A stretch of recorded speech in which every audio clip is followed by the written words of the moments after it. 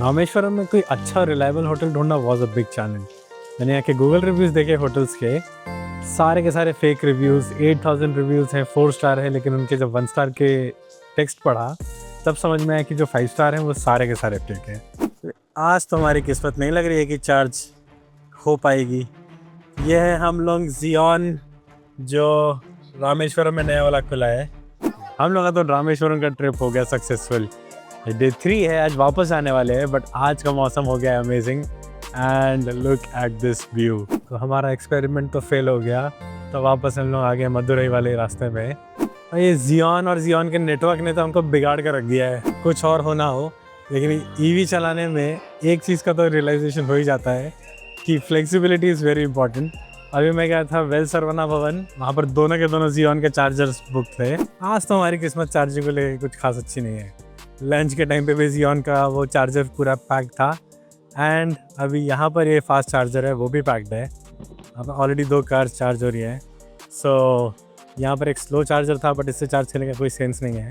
रामेश्वरम में कोई अच्छा रिलायबल होटल ढूंढना वॉज अ बिग चैलेंज। मैंने यहाँ के गूगल रिव्यूज़ देखे होटल्स के सारे फेक रिव्यूज़, 8000 रिव्यूज़ हैं, 4 स्टार है, लेकिन उनके जब 1 स्टार के टेक्स्ट पढ़ा तब समझ में आया कि जो 5 स्टार हैं वो सारे के सारे फेक हैं। तो जनरली मैं होटल ढूंढने के लिए डायरेक्टली किसी साइट बुकिंग अगोड़ा नहीं जाके इनकॉग्निटो में पहले गूगल मैप्स खोलता हूँ। गूगल मैप्स में जहाँ जाना है उस एरिया को सेलेक्ट करता हूँ and then hotels and date select करता हूँ।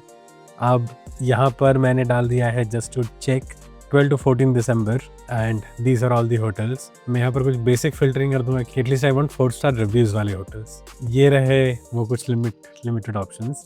जो एक मेरे को बहुत ही इंटरेस्टिंग दिखा था वो था ये hotel Rameswaram grand, 8000 reviews, 4.1 star, 3 star hotel. Pictures में it is looking fine, it looks like a decent hotel, nothing fancy, nothing odd, so this seems to be a good option.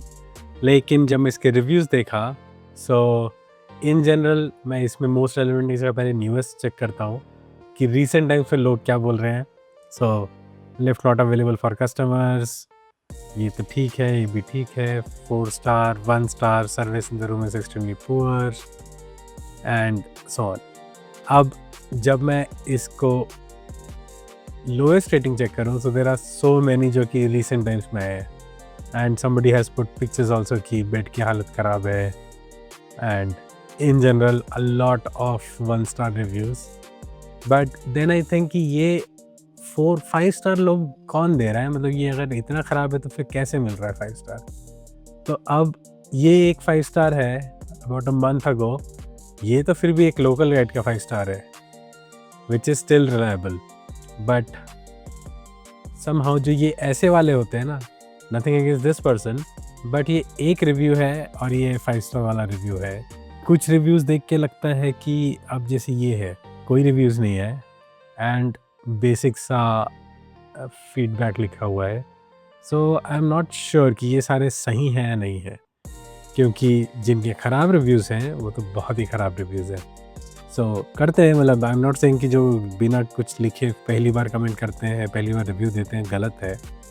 But जब एक hotel में बहुत सारे ऐसे reviews दिखते हैं तब लगता है कि कुछ गलत है। और वैसे ये चीज़ मेरे साथ भी हुआ है। मेरे नंबर पे किसी ने मैसेज किया कि अगर आपको घर बैठे बैठे दिन में 500 से 1000 रुपये कमाने हैं तो इस लिंक को क्लिक करो। ऑब्वियसली मैंने वो लिंक को क्लिक नहीं किया, बट फिर मेरे को कहीं और से मैसेज भी आया कि सर अगर ये होटल का रिव्यू दोगे तो हम आपके अकाउंट में 120 रुपये डालेंगे। तो मैं बोला यार ये होटल में तो मैं कभी रुका भी नहीं हूँ। तो नहीं सर, अब बस आप रिव्यू डाल दो और 2 दिन बाद भले ही हटा देना, बट आपको अगर 120 रुपये चाहिए तो आप खाली इसमें 5 स्टार रिव्यू दे दो, मेरे को स्क्रीनशॉट भेजो और हो जाएगा। So many of the hotels and looks like Rameswaram में भी बहुत सारे होटल्स यही काम करते हैं कि they get fake reviews and लोग रैंडमली उसमें जो भी लिखते हैं and we start to believe कि वो सही है। So this particular practice has ruined how to find a good hotel. So Google reviews are not reliable anymore. Maybe जो Make My Trip and Agoda type के sites हैं उनके reviews फिर भी थोड़े रिलायबल हैं कि वो सिर्फ जो लोग एक्चुअली स्टे किए, बुक किए, उनसे रिव्यूज़ लेते हैं। बट तभी मिला एक नया प्रॉपर्टी, बूमरैंग कैंप। बहुत ही नया प्रॉपर्टी है and I am amazed, like this is exactly what we were looking for. and hospitality, already I'll share you the details, but hospitality is great. Rooms are also neat and clean. अभी तो बाहर बहुत बारिश हो रहा है तो हमने सब कुछ अंदर बस जाके रख दिया है. But here is the entrance. So this is the room. Here is the bed. हम लोग थोड़े फिनिकी हैं जब रूम के साफ सफाई को लेके आता है, but we are actually happy. If you can see the reflection, this place is actually clean. मैं खाली पैर घूम रहा हूँ. लाइक डिसेंट एमिनिटीज, AC है, there is sofa. Best part, bathroom was clean and sealed. So there was this seal there and this place is pretty neat. Like we couldn't expect more. Price wise हम लोग को इस room का कुछ पर night 3500 के आसपास पड़ रहा है अभी. Total for 2 rooms 2 nights it is about 17K, but after taxes everything included, and I think this is worth it. क्योंकि इसके अलावा जो भी दूसरे होटल देख रहे थे हम लोग, उनके रेटिंग्स तो बहुत सही थे, बट जब उनके रिव्यूज़ देखा तब समझ में आया कि वो सारे के सारे फेक हैं. आज तो हमारी किस्मत नहीं लग रही है कि चार्ज हो पाएगी. ये है हम लोग जियोन, जो रामेश्वरम में नया वाला खुला है. अभी इमीडिएट तो नीड नहीं है, बट कल वापस जाना है तो वी थॉट कि विल चार्ज हियर. बट मौसम है ख़राब, सो धनुषकोटी तो शायद मिस हो जाएगा, और अब ये चार्जर भी आउट ऑफ सर्विस, तो हमारा मूवी टाइम भी नहीं होगा. ये वाला ट्रिप तो जैसा सोचा था वैसा नहीं निकल रहा है, क्योंकि यहाँ हम सोचे थे बीच में जाएंगे और यहाँ तो ठंडी हो रही है गौरी. सो जियोन का चार्जर तो काम नहीं किया, लेकिन अभी दूसरा एक चार्जर मिल गया टक्कर का. अगर आप पूछते हो कि चार्जिंग के समय लोग करते क्या हैं, तो ये देखो भाई, ये क्या हो रहा है. गाड़ी क्या हो रहा है? ये देख रही हूँ मैं. देख रहे हो? ये हाँ, चार्जिंग करते करते हाँ. आपको बोर नहीं हो जाता कि इतना बार चार्ज करना पड़ता है? नहीं, क्यों? ये मुझे मजा आता है. मजा आता है आपको? खाती हूँ, पीती हूँ, सब कुछ करती हूँ. हाँ, जैसे ब्रेक लेके जाने में मजा आता है. तो क्यों 8 hours ऐसे गाड़ी में क्यों नहीं बैठते आप? क्योंकि कभी कभी कुछ लगता है सब में. बाथरूम लगता है, बाथरूम भी लगता है, भूख भी लगता है ना. आज का मौसम तो मस्त हो गया है, but Dhanushkodi is close for next 3 days. तो हम लोग अपना लक ट्राई करने के लिए पास ही में एक बीच आ रहे हैं. एंड जब वहाँ पहुँचे तब समझ में आया कि ये सिर्फ एक बीच नहीं, यहाँ पर एक मंदिर भी है, और इस मंदिर में एक ब्रिज भी है जो पानी के अंदर तक जाता है. ये देख के तो दिल खुश हो गया. और जी यहाँ का पानी अल्टीमेट ब्लू, मतलब इंडिया में ऐसा ब्लू पानी मैंने और कहीं नहीं देखा. हम लोग का तो रामेश्वरम का ट्रिप हो गया सक्सेसफुल. डे 3 है, आज वापस आने वाले हैं, बट आज का मौसम हो गया amazing. And look at this view, दुनिया भर के कलर्स का पानी दिख रहा है यहाँ. तो आज है हमारा day 3 and return journey for Bangalore. So Rameswaram में 2 दिन तो बहुत बारिश हुआ, आज लेकिन मौसम बड़ा अच्छा हो गया है. एंड अभी 9 बज रहे हैं. We are starting from here. अब मदुरई में या फिर उसके बाद कहीं पर लंच करेंगे, अभी ब्रेकफास्ट करेंगे. तो होपफुली शाम को, रात को 9-10 बजे तक पहुंच जाएंगे. एंड हम लोग जहाँ रुके थे बूमरैंग के, उसी के बगल में था चार्जर. सो 100% चार्ज करके निकले. And let's see. वैसे तो जो फर्स्ट स्टॉप हमने डाला है अभी, वो लंच वाला जगह है काइंड ऑफ, मदुरई के आगे 229 kilometers. And range should be around 300. Yeah, range is about 330. So let's see. Return में रामेश्वरम ब्रिज क्रॉस करते हुए तो दिल खुश हो गया. यहाँ के पानी का कलर अल्टीमेट ब्लू दिख रहा है एंड सनराइज के साथ बहुत ही अमेजिंग लग रहा है. यहाँ रुकने का तो कोई जगह नहीं दिख रहा है. पुलिस वाले भी खड़े हैं कि रुकी हुई गाड़ियों को हटाएं, बट ये देख के तो लग नहीं रहा है कि 2 दिन पहले यहाँ पर साइक्लोन का इफेक्ट था. So we are done with 800 kilometres पूरा इस ट्रिप में. रिटर्न ट्रिप में maybe around 150 kilometres exactly तो मैं देखा नहीं कि हम लोग कब निकले थे. बट अभी हम लोग हैं आई गेस मदुरई के थोड़ा सा पहले. एंड वी आर प्लानिंग कि अब मदुरई स्किप करके सीधा डिंडीगुल. सो let's see how that route is. बाकी हम लोग को यहीं से लेना है एग्ज़िट. सो जब रामेश्वरम जा रहे थे तब तो हम लोग वाया मदुरई गए थे and that route was full of traffic. अब ये वाला एक नया एक्सपेरिमेंट करके देख रहे हैं कि सीधा डिंडीगुल, ये कोई तो अलग छोटे रास्ते से जा रहा है. So let's see how this experience is. बाकी battery is 60%, range about 200 अभी भी. So 120 किलोमीटर्स में डिंडीगुल है. वी आर लुकिंग कि डिंडीगुल में कोई अच्छा मटन बिरयानी मिल जाए. अगर आपको पता है या आप लोकल हो तो सजेस्ट करो कि कौन सा बेस्ट है डिंडीगुल का रेस्टोरेंट और ऑथेंटिक मटन बिरयानी.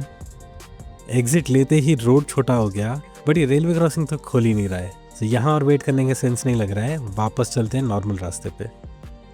तो हमारा एक्सपेरिमेंट तो फेल हो गया.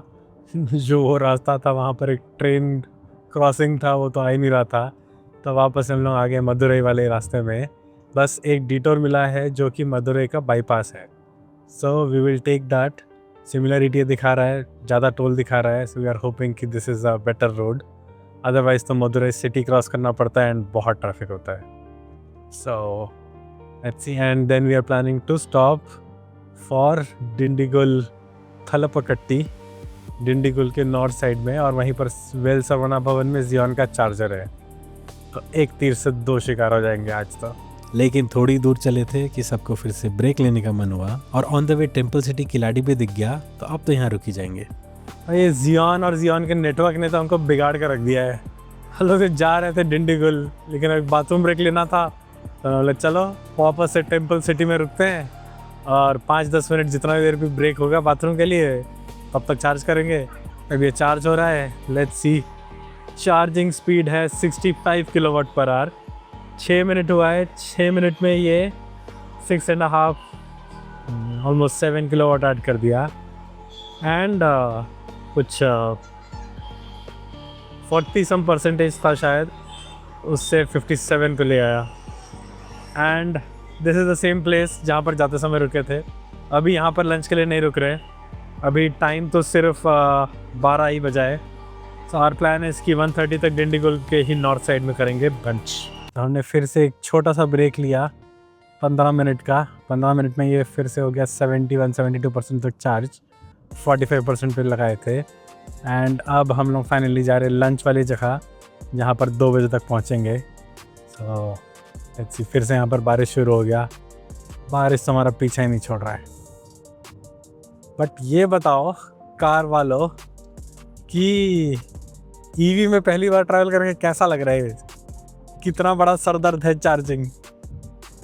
सरदर्द नहीं, अरे लग रहा. हाँ, ब्रेक्स मिल जाते हैं and car is very smooth. So roads कितने भी अनइवन क्यों ना हो, जर्क नहीं लगता है. ये हुआ ना, देन द पेट्रोल. ये पेड रिव्यू नहीं है. Yes, this is not paid review. भैया 500 ट्रांसफर कर देना हो. Family review. 500 ट्रांसफर कर देना भाई. रियलिस्टिक. एंड जो मदुरई बाईपास लेने का डिसीजन था वो तो बिल्कुल सही लग रहा है. ये काफ़ी बड़ा डिटोर हो गया but it seems to be worth it. Road का condition is very good and बहुत ही कम ट्रैफिक है. एंड मदुरई एग्जिट करते ही अमेजिंग व्यूज़ फिर से दिखने लगे. रामेश्वरम जाते समय तो यहाँ का वेदर बहुत ही ख़राब था और सब कुछ क्लाउड में ढका हुआ था. तो ये सारे माउंटेन्स तो हमने मिस ही कर दिए. अब हम लोग पहुंच गए डिंडीगुल और मैं सबको डिंडीगुल थलपकट्टी में ड्रॉप करके अब चार्ज करने जा रहा हूं वेल सरवना भवन, जहां पर जियोन का 120 किलोवाट का चार्जर है. लेकिन वहां से वॉक करके वापस आना पड़ेगा क्योंकि नियरेस्ट चार्जर तो वही है. लेकिन यहाँ पर तो 2 कार ऑलरेडी चार्ज हो रहे हैं और इनका एसओसी तो अभी 50% के पास है. तो इनको टाइम लगेगा. यहाँ वेट करने का कोई सेंस नहीं है और अब दूसरा चार्जर सर्च करना पड़ेगा. कुछ और होना हो, लेकिन ईवी चलाने में एक चीज़ का तो रियलाइजेशन हो ही जाता है कि फ्लेक्सिबिलिटी इज़ वेरी इंपॉर्टेंट. अभी मैं गया था वेल सरवना भवन, वहाँ पर दोनों के दोनों जियोन के चार्जर्स बुक थे. तो अब ये मेरे को बगल में मिल गया है. This is one plug and one plug में अभी ये चार्ज हो रहा है. And speed is let's see. Speed not bad. Speed is 60 kilowatt. तो सही है, पूरी कैपेसिटी से चार्ज हो रहा है. अभी इकलौती कार है यहाँ पर तो जल्दी चार्ज हो जाएगा. एंड ये है श्री बालाजी भवन के पार्किंग में. So it is right on the intersection. तो अब देखते हैं. अब यहाँ से मैं डिंडीगुल तक जाऊँगा वॉक करके एंड बाकी फैमिली तो वहीं पर है ऑलरेडी. सो लेट्स सी. इसको अभी कुछ 1 घंटा लगेगा बट 1 घंटे में we should be good. Okay, so बहुत सारा मटन बिरयानी खाने के बाद फिर से हो गया है कार फुल चार्ज। तो इस बार तो भाई जियॉन जो वेल सरवाना भवन वाला तो चला नहीं, बट उसके बगल में एक और था, दैट वाज प्रिटी गुड। इकलौता कार चार्ज हो रहा था 60 किलोवाट पर आवर से। सो ये 1 आवर में जो भी 30-40% से वापस 100% हो गया, almost 100%। And now we are on the way back to Bangalore. बस बैंगलोर के पहले कृष्णागिरी के बाद एक स्टॉप ऐड किया हुआ है अराउंड 8 PM। सो लेट्स सी हम लोग वहाँ कितने चार्ज में पहुँचेंगे, एंड होपफुली घर पहुँचेंगे 11 बजे तक। बाकी यहाँ के रोड तो काफ़ी अच्छे हैं। सो 4 lane highway, let's do this. अब शाम के 6 बज रहे हैं और हम लोग साले मेंटर हो रहे हैं। यहाँ का ट्रैफिक काफ़ी ख़राब है और रोड के साइड में गौरी को दिख गया KFC। तो अब उसका डिमांड है कि KFC में रुक के कुछ लेना है। तो एक और होपफुली छोटा सा ब्रेक, और इस लोकेशन के पास में ही एक और जियॉन का चार्जर है। सो जब तक यहाँ पर लोग खाना ऑर्डर करेंगे, मैं जाऊँगा कार चार्ज करने के लिए, जितना भी टॉपअप होगा उतना। लेकिन वहाँ पर 2 में से एक ही गन अवेलेबल है, मतलब चार्जर तो चल रहा है लेकिन शायद स्पीड कम मिलेगा क्योंकि दूसरे गन को यूज़ करना पड़ेगा। तो जितना भी होगा वहाँ पर एक क्विक चार्जिंग ब्रेक ले लेंगे। आज तो हमारी किस्मत चार्जिंग को लेकर कुछ खास अच्छी नहीं है।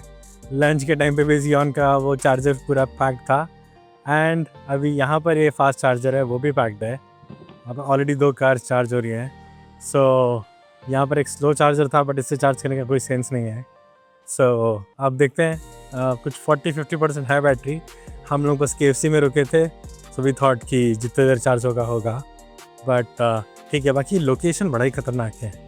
तो मैं दिखाता हूँ, ये पीछे है तो ये पार्किंग, बट वो रहा माउंटेन।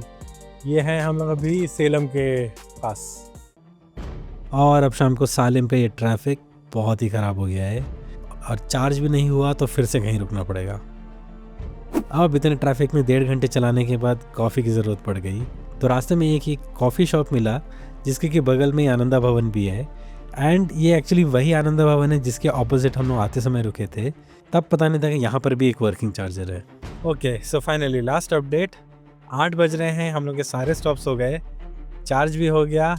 इस बार हमने फिर से कुछ नया ट्राई किया, वन प्लग।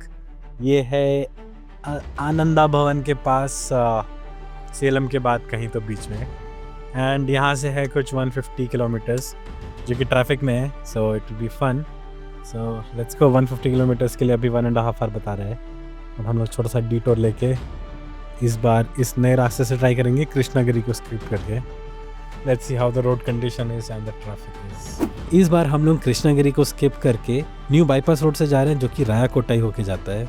लेकिन इस रोड पे आते ही ऐसा लग रहा है कि सैटेलाइट रिंग रोड आ गए हैं। इस रोड का क्वालिटी तो बहुत ही अच्छा है। आपके साथ भी हाईवेज पे कभी ऐसा होता है क्या कि दूसरे किसी का ड्राइविंग स्टाइल आपसे मैच हो जाए और फिर आप उसी के पीछे पीछे चलते रहें? तो अगर सामने वाली कार का ड्राइवर अच्छे से चला रहा हो तो उसको फॉलो करना तो बनता है। और कुछ ऐसे भी होते हैं जिनको देख के ही रेस करने का मन करता है। हमारे इस रोड ट्रिप पे ऐसे बहुत सारे केसेस हुए। लेकिन अगर आप ये देख रहे हो और इनमें से कोई आपकी गाड़ी है तो कमेंट ज़रूर करना। मैं बस इसको फॉलो करूँगा, ये अच्छा चला रहा है। आज मन करती इसका फॉलो करूँगा ही ना, वरना उसको भी लगा बाइक करना हो जाए, खा गया एक तरफ पास था, फिर भी छोड़ दिया एक्सीलेटर। अरे नहीं मेरे दोस्त, 2 बार था ऐसा ही नहीं है तो क्या कह दीजिए तूने, सर्वा का मोहन क्या जाएगा, छोड़ ना कर चल। वैसे ये जो न्यू बाईपास बना है जब तक अच्छा है तब तक तो अच्छा है, लेकिन फिर जब डाइवर्जन्स आते हैं तब तो फिर ये एकदम ही बिजी गांव वाले रोड से होके जाता है। और समझ नहीं आता कि रात में लोगों को यहाँ पर अपर में हेडलाइट करके क्यों चलाना है। थोड़ा सामने वाले का भी कुछ सोच लो। जब ऐसे हेडलाइट्स आँख में लगते हैं तो थोड़ी देर के लिए तो कुछ नहीं दिखता है। अब फाइनली होसूर पहुँच रहे हैं, बट अब फिर भी वर्थुर रोड से ही जाना पड़ेगा, जहाँ के रोड का कंडीशंस बहुत ही ख़राब है। इतना ख़राब है कि एक बाइक वाला तो गिर ही गया। ओके, सो फाइनली 11:30 बजे हम लोग पहुँच गए घर। ये ट्रिप था टोटल 1318 किलोमीटर्स, एंड पूरे ट्रिप में जो एवरेज एनर्जी कंजम्पशन था वो था 160। मैंने इसको पूरे आइस की जैसे चलाया। VCU अपडेट हो चुका है तो उसके बाद का ये लोअर वाला है, एंड अरे मेरी आवाज़ ख़राब हो गई है। ये बैंगलोर में ठंड, फिर वहाँ पर बारिश, एंड फिर आज गर्मी, फिर वापस ठंड, से सब मिला के फर्स्ट टाइम ड्राइव करने के बाद टायर्ड लग रहा है आई गेस, क्योंकि एक्सटर्नल दूसरे रीजन की वजह से. बाकी EV experience as usual amazing, and I'll share the complete detail. ये खैर हम लोग घर पहुँच गए हैं, but I'll share the complete details की charging cost, route, क्या क्या. Now let's talk about the EV summary of our journey. So हमने start किया बैंगलोर से सुबह 5:30 बजे and वर्थोर होके गए थे because we had to pick our cousins. But हमने पहला स्टॉप ले लिया सिर्फ 150 किलोमीटर्स पे. वहाँ पर जब हमने चार्ज किया तो 55% पे पहुँचे थे and we charge till 85% there. कुछ 30 to 45 मिनट्स का चार्जिंग ब्रेक था. ये HP का चार्जर था एंड यहाँ पर स्टैटिक कैप से हो गया. 270 was the cost. Then the next one again Menu 99, we did not plan to stop. रास्ते के साइड में दिख गया एंड Xeon का 120 किलोवाट का चार्जर था. So first time we took quick break बिना किसी फूड के. It was just a 20-minute break. It was more like a physical break क्योंकि 3 घंटे हो चुके थे. We were in the car and वहाँ पर it was Xeon charger and 15 kilowatt add हुआ फॉर 458 रुपीज़. एंड फाइनली हमारा first plan break temple city Keeladi. वहाँ पर हम लोग का लंच का प्लान था. बहुत भीड़ था वहाँ पर. चार्जर तो अवेलेबल था, मैंने प्लग तो कर दिया एंड वहाँ पर ये 90% तक चार्ज हुआ again auto charge. And then 90% पे रुक गया. जब तक हम लोग खा के आए तो 90 पे स्टॉप हो चुका था. देन फिर से प्लग किए, कुछ 94% तक हुआ by the time we actually left the place. Again we were not waiting कि यहाँ पर चार्ज हो. इट वॉज जस्ट कि टेबल के लिए वेट कर रहे थे and it took like the overall break was 1.5 hour. The actual charging time was maybe around 50 minutes to 1 hour. And यहाँ पर Xeon का चार्जर था. We added 36 kilowatts and 1155 was the total amount. After that second day तो कहीं charger मिला नहीं. जो Xeon का चार्जर था वो चल नहीं रहा था. फाइनली टक्कर रामेश्वरम वाला दैट वाज वर्किंग. सो वहाँ पर 30% से पूरा 100% चार्ज हुआ. ये जो चार्ज हुआ वो 2-3 सेशंस में हुआ क्योंकि एक बार लाइट चला गया, एक बार मेरे को जाना था. फिर मिला के 3 सेशंस हुए बट जो टोटल आया 1107 and this was 39 kilowatts added. So kind of cheaper than Xeon but location का रिलायबिलिटी का भी थोड़ा सा इशू है यहाँ पर. But there are these options. Then on the return again एक और क्विक अनप्लान्ड स्टॉप. फिर से हम लोग टेम्पल सिटी किलाड़ी में रुके एंड वहाँ पे इस बार फिर से 20 मिनट्स के लिए रुके. 20 मिनट्स में we charge about 14 kilowatt and 500 का बिल आया. Then next was in Dindigul. तो डिंडीगुल में जो अगेन Xeon का जो प्लान चार्जर था वहाँ पर ऑलरेडी 2 कार लगी हुई थी and they had just started charging. तो वहाँ वेट करने का सेंस नहीं था. बट लकीली एक 1 प्लग का चार्जर था वहीं पर पास है, मतलब कुछ शॉप्स छोड़ के एक और रेस्टोरेंट में. So I ended up charging there. तो यहाँ पर एक चैलेंज ये हुआ कि मैं चार्ज पे लगाया and then I had to walk to the restaurant to eat, जो कि डिंडीगुल थलपकट्टी था. वॉकिंग डिस्टेंस ही था, 5 मिनट लगे होंगे maximum. Overall stop was 1.5 hour but हमने खाने में बहुत देर लगाया. We were not waiting for charging. Last में 98% हुआ था and we just left it as is. 100% करने का वेट नहीं किए. This was 32 kilowatts added. Total cost was 907, kind of on the cheaper side. हमारे रिटर्न में आज सच कोई प्लान स्टॉप्स नहीं थे. सो जहाँ पर ज़रूरत पड़ी वहाँ रुके. एक KFC में रुके थे बट वहाँ का चार्जर चल नहीं रहा था. So we could not charge there. Last में रात को 8 बजे हम लोग एक आनंदा भवन में रुके. This is the same Ananda भवन जो रोड के अपोजिट है जहाँ पर हम लोग जाते समय रुके थे. यहाँ पर भी एक 1 प्लग का चार्जर था. We took a break for about 45 minutes coffee पीने के लिए, रेस्टोरेंट जाने के लिए. एंड जो चार्ज हुआ it added some 27.5 kilowatt and that was about 800 rupees. And finally we reached home with 28% battery left. पूरे रास्ते भर मैं कहीं पर भी कंजर्वेटिव होकर ड्राइव नहीं किया. It was in sports mode, AC always on. Actually AC का चैलेंज ये भी हो रहा था कि बाहर का मौसम ठंडा हो गया था तो we had to use the heater. The overall combined जो रेंज मिला मेरे को on an average that was 330 kilometres पर charge. That is actually consistent with the AC. तो एंड का AC था कुछ 160 and based on my 55 kilowatt battery it is coming out to be 333. So that is good because पहले तक ये AC का कभी मैच नहीं होता था. I think ये VCU अपडेट के बाद कुछ तो फिक्स हुआ है. एंड जो टोटल डिस्टेंस ट्रैवल था दैट वाज 1310 किलोमीटर्स. जो टोटल कॉस्ट हुआ चार्जिंग का इंक्लूडिंग द होम चार्जिंग जो लास्ट में 28 to 100%, that was 54.33. That brings the cost per kilometer to 4.15. मैंने बोला था कि मैं टोल्स का भी चेक करूँगा, so there were about 10 tolls रास्ते में and to and fro करके 15 रुपीज़ each, so 20 टोल्स का about 300. बट गूगल मैप्स के हिसाब से सेम टोल का एक्चुअल जो फास्टैग से नॉर्मली पे करने से 1700 होता है. So huge savings here. मैंने 1400 के आसपास यहाँ पर वैसे ही सेव कर लिया. एंड अगर टाइम की बात करें, सो वाइल गोइंग बैंगलोर से रामेश्वरम हम लोग सुबह जल्दी भी निकले थे, ट्रैफिक भी, and it was a Friday, so traffic थोड़ा सा कम था. Overall drive time was 9 hours. The break time was 3.25 hours, जिसमें से charging time was only 2.5 hours. हम लोग इधर उधर भी रुके थे and we took more breaks than usual. We had 5 member in the car, so we just went with the flow. So total हम लोग को जाते समय लगे 11.5 घंटे. That's an average speed of 55 kilometre per hour. This was a mixed road. यहाँ पर छोटे वाले 2-वे रोड्स भी थे एंड बारिश भी हुआ था, सो सब कुछ मिला के it was slow. Then on the way back we actually drove for 10.5 hours because हमने कुछ जगह डिटोर लेने का ट्राई किया जो फेल हो गया, तो हमको वापस घूम के आना पड़ा. एंड ट्रैफिक बहुत ज़्यादा था while entering Bangalore. It was a Sunday night, so everyone was trying to return back. And also हमने बहुत सारे हाईवेज छोड़ के कुछ अंदर वाले रास्ते ले लिए, या डाइवर्जन से तो लेना पड़ा. So overall that was not so great. Break भी हमने 4 घंटे के लिए कुछ जगह पे again without charging we just took a break for जो भी हमको काम थे. So 4 hours of break and उसमें से 2.5 hours again for charging. Both times it was 3 sessions, जिसमें से एक सेशन 20 मिनट का था एंड एक सेशन लंच वाला वो बहुत लंबा था. Usually we try to optimize that, but I think ये जो छोटा ब्रेक लेने वाला आइडिया है that is a good thing, क्योंकि 20 मिनट्स में we were able to get about 15 kilowatts added, which is pretty decent. And return का जो टोटल टाइम हुआ वो हुआ 14.5 आवर्स.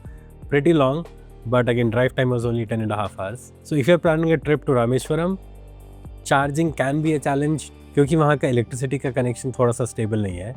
बाकी roads wise most of it is good. Krishnagiri तक होसूर और कृष्णागिरी के बीच में थोड़ा कंस्ट्रक्शन है. हमने वो नया रास्ता लेने का ट्राई किया आते समय, जो कि इट वॉज़ नॉट ग्रेट. बहुत सारे डाइवर्जन्स हैं, बहुत लंबे लंबे गाँव के बीच से जाना पड़ता है. So not really worth it until वो पूरा रोड ना बन जाए. And towards the end, last के 100 kilometers is a two-way road, so traffic can get bad there. हमारे केस में जाते समय तो बारिश हो रही थी एंड साइक्लोन का प्रेडिक्शन था, so I don't think ज़्यादा लोग ट्रैवल कर रहे थे.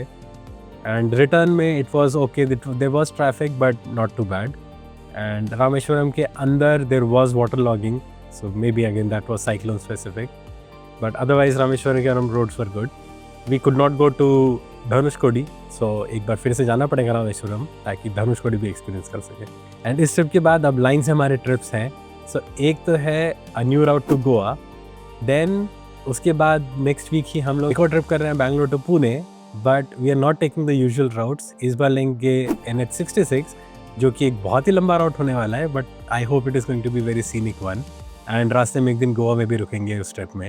And if you have any questions regarding EV travel और EV charging, feel free to comment your questions and I'll get back to you. So, इस video में बस इतना ही. मिलते हैं आपसे अगले वीडियो में. तब तक के लिए keep driving, keep safe. Thank you.